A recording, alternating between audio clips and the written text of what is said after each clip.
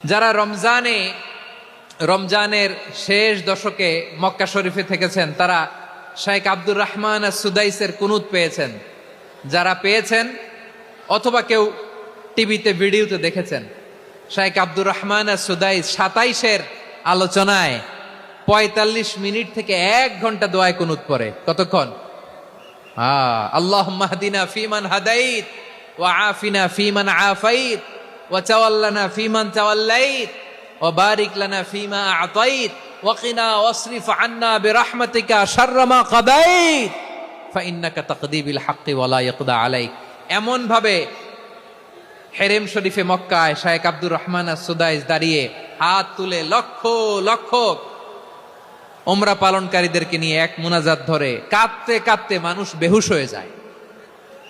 দোয়ার কথা শুনে গায়ের লোম খাড়া হয়ে যায়, হৃদয় বিগলিত হয়ে যায়, চোখ দিয়ে দাঁড় দাঁড় করে পানি নামতে থাকে। 27-এর রাতে মক্কায় শাইখ আব্দুর রহমান সুদাইসের দোয়ায় কুনুত যদি শোনেন, অনুগত হয়ে আল্লাহর কাছে চাওয়াকে বলে কুনুত।